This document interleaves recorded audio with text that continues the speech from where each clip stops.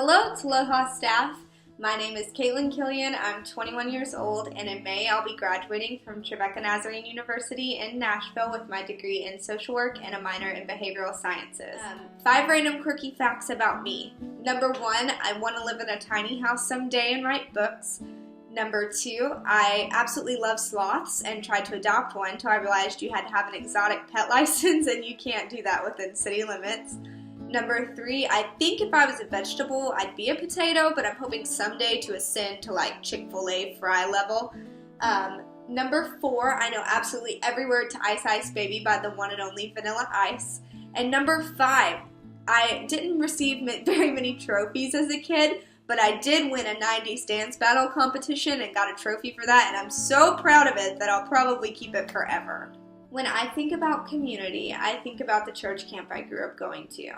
Every year the same group of kids would come, but no matter what, we had conversations there that we felt like we couldn't have at home. I can remember so many nights talking to people and just sobbing with them and sharing in stories.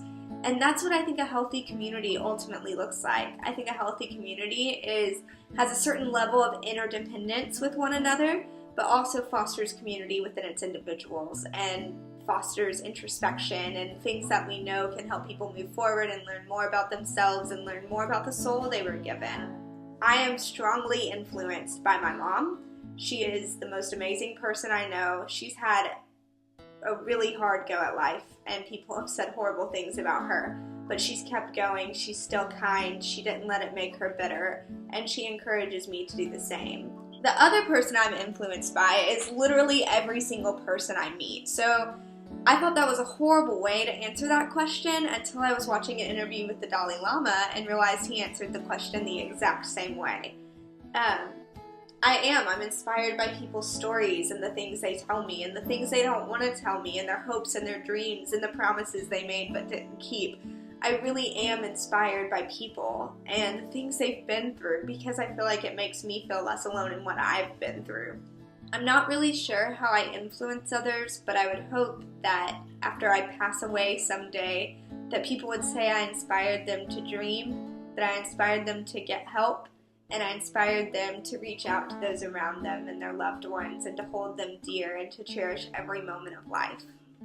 While I know I can never be fully prepared to step into a role that is this heavy and comes with this much responsibility, I do think I'd be a good addition to your team because I really like writing, and I think that being able to use my empathetic skills through emailing back and forth with supporters would be amazing. And I think it would just be really restorative, not only in my life, but possibly for them too. And the idea that someone could get help, that someone could help someone else because of an email that we sent them is absolutely mind-blowing to me, and I would love to be a part of that. So at the base of what I'm passionate about, other than to write Love on Her Arms, is this idea of equality and justice.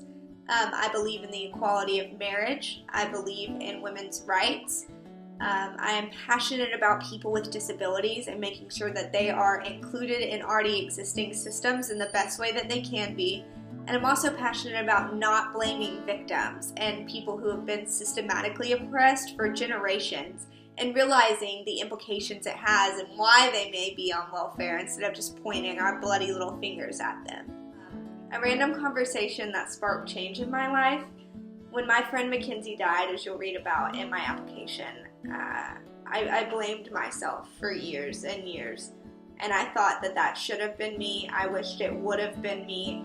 I thought she had so much more to add to this earth than I did, and sometimes I'm still convinced of that. But my friend's dad saw me at church one day and saw straight through the strong, apathetic mask I was wearing, and he said, "Stop, I see you. I know you wish it was you, but Caitlin, you matter. You have to realize that this all comes down to you thinking you don't have worth, but you do."